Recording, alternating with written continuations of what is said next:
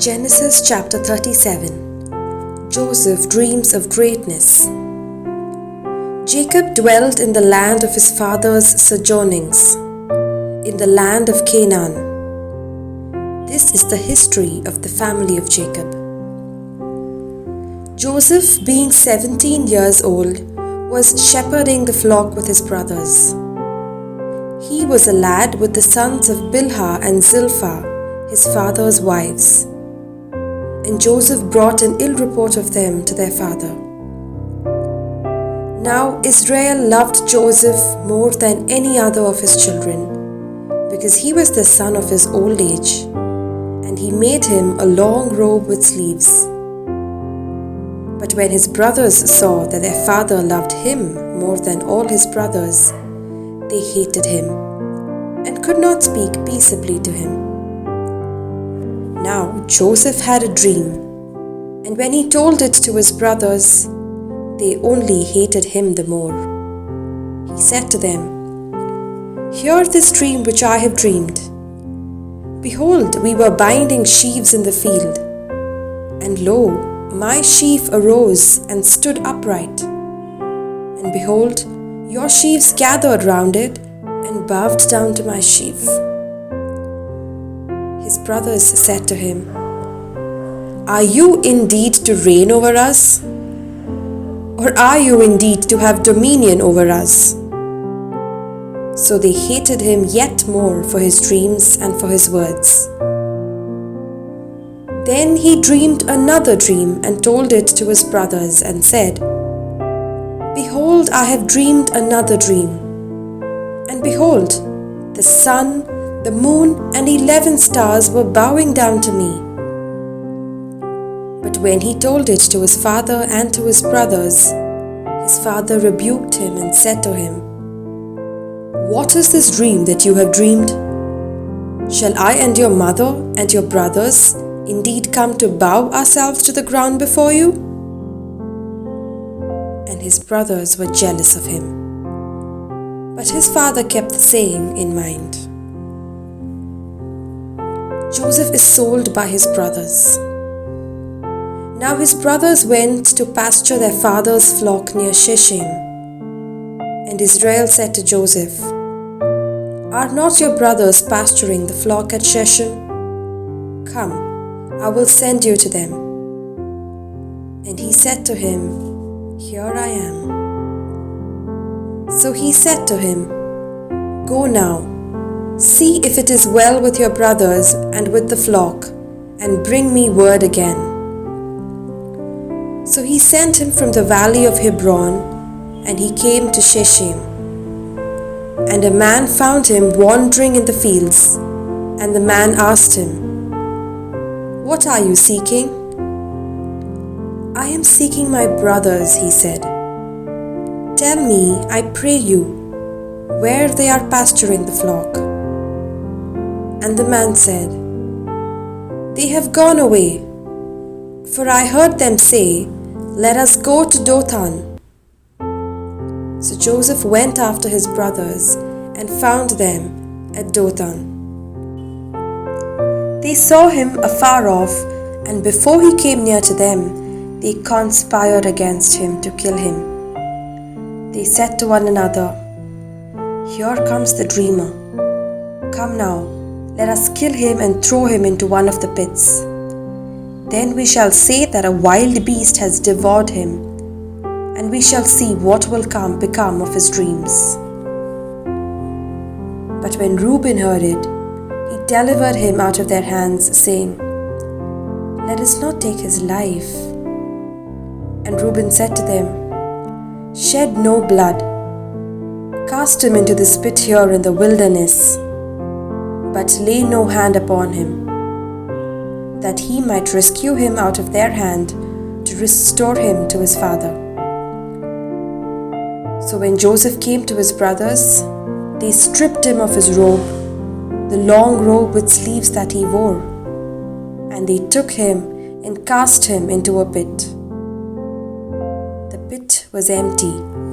There was no water in it. Then they sat down to eat, and looking up, they saw a caravan of Ishmaelites coming from Gilead with their camels bearing gum, balm, and myrrh on their way to carry it down to Egypt. Then Judah said to his brothers, "What profit is it if we slay our brother and conceal his blood? Come, let us sell him to the Ishmaelites, and let not our hand be upon him, for he is our brother, our own flesh." And his brothers heeded him. The Midianite traders passed by, and when they drew Joseph up and lifted him out of the pit, and sold him to the Ishmaelites for 20 shekels of silver, and they took Joseph to Egypt. When Reuben returned to the pit and saw that Joseph was not in the pit, he rent his clothes and returned to his brothers and said, "The lad is gone, and where shall I go?" Then they took Joseph's robe and killed a goat and dipped the robe in the blood, and they sent the long robe with sleeves and brought it to their father and said, "This we have found. See now whether it is your son's robe or not." And he recognized it and said, "It is my son's robe. A wild beast has devoured him. Joseph is without doubt torn to pieces." Then Jacob rent his garments and put sackcloth upon his loins and mourned for his son many days. All his sons and all his daughters rose up to comfort him, but he refused to be comforted and said, "No, I shall go down to Sheol to my son, mourning." Thus his father wept for him. Meanwhile, the Midianites had sold him in Egypt to Potiphar, an officer of Pharaoh, the captain of the guard. Genesis chapter 38. Judah and Tamar. It happened at that time that Judah went down from his brothers and turned in to a certain Adullamite, whose name was Hira. There Judah saw the daughter of a certain Canaanite, whose name was Shua. He married her and went into her, and she conceived and bore a son, and he called his name Again she conceived and bore a son, and she called his name Onan. Yet again she bore a son, and she called his name Shelah. She was in Chezib when she bore him. And Judah took a wife for his firstborn, and her name was Tamar. But Judah's firstborn, was wicked in the sight of the Lord, and the Lord slew him. Then Judah said to Onan, "Go into your brother's wife and perform the duty of a brother-in-law to her, and raise up offspring for your brother."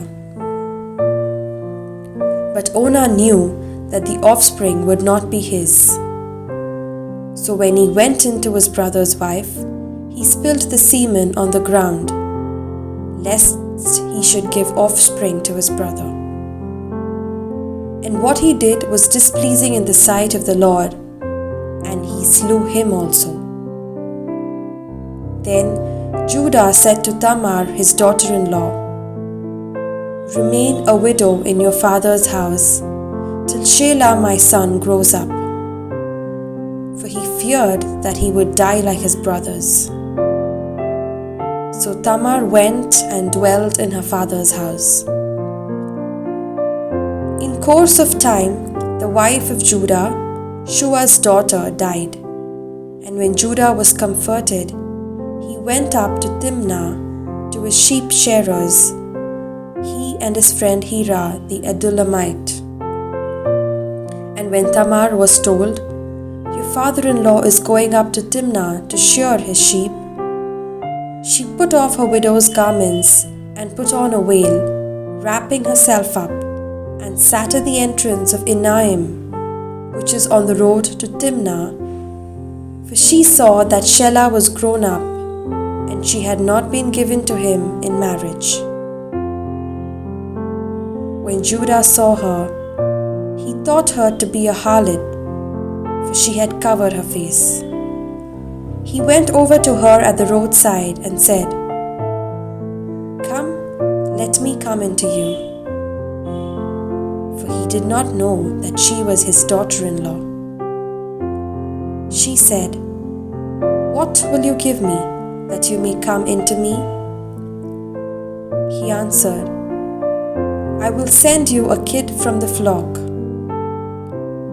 And she said, "Will you give me a pledge till you send it?" He said, "What pledge shall I give you?" She replied, "Your signet and your cord, and your staff that is in your hand." So he gave them to her and went into her, and she conceived by him. Then she arose and went away, and taking off her veil, she put on the garments of her widowhood. When Judah sent the kid by his friend the Adullamite to receive the pledge from the woman's hand, he could not find her. And he asked the men of the place, "Where is the harlot who was at Enaim by the wayside?" And they said, "No harlot has been here." So he returned to Judah and said, "I have not found her." And also the men of the place said, "No harlot has been here." And Judah replied, "Let her keep the things as her own, lest we be laughed at. You see, I sent this kid, and you could not find her." About 3 months later, Judah was told, "Tamar, your daughter-in-law, has played the harlot, and moreover, she is with child by harlotry." And Judah said, "Bring her out, and let her be burned." As she was being brought out, she sent word to her father-in-law, "By the man to whom these belong, I am with child." And she said, "Mark, I pray you, whose these are, the signet and the cord and the staff."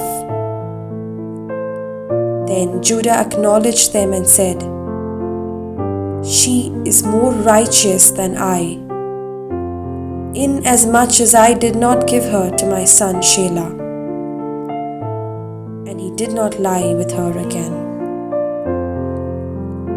When the time of her delivery came, there were twins in her womb.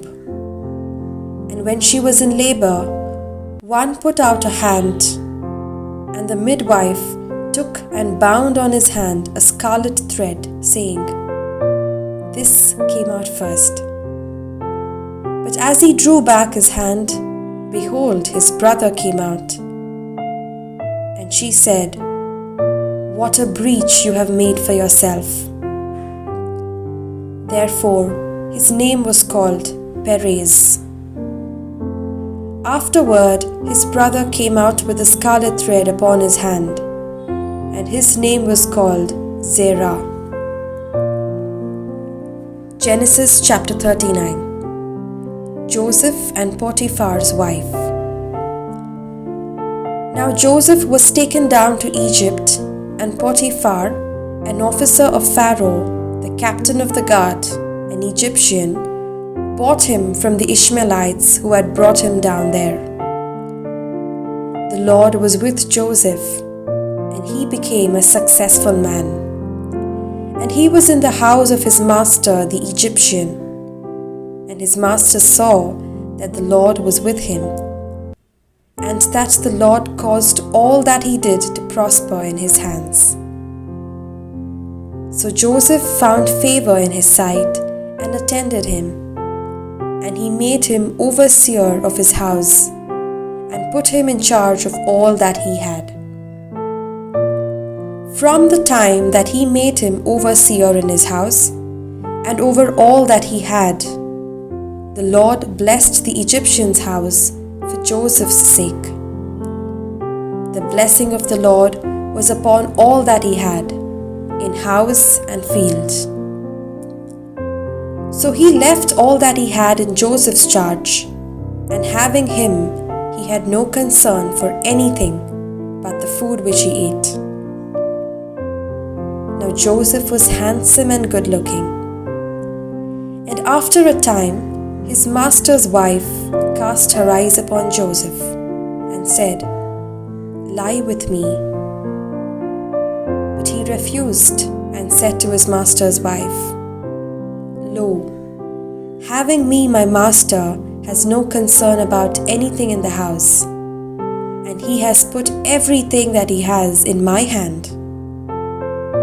He is not greater in this house than I am, nor has he kept back anything from me except for yourself, because you are his wife.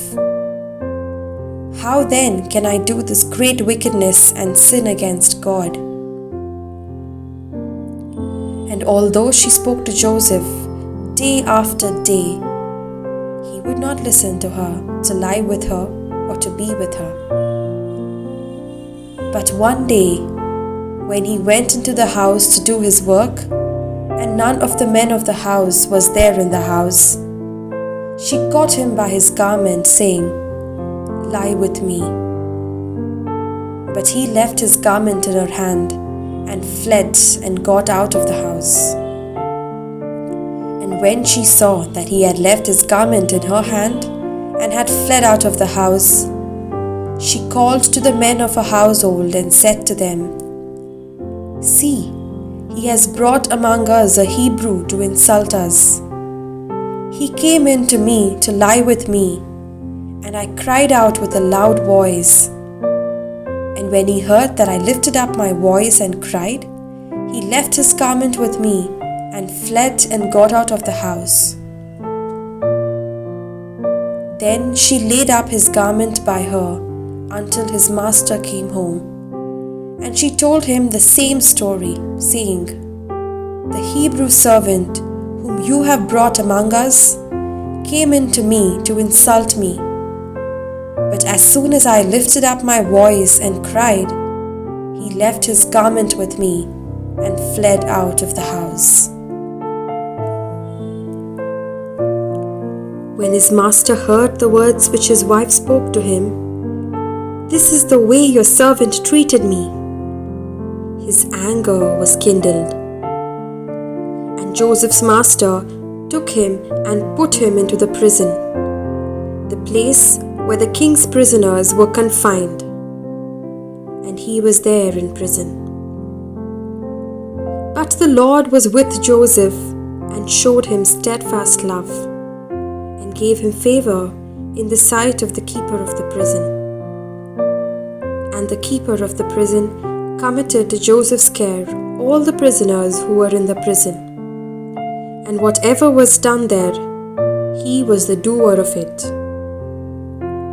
The keeper of the prison paid no heed to anything that was in Joseph's care, because the Lord was with him. And whatever he did, the Lord made it prosper.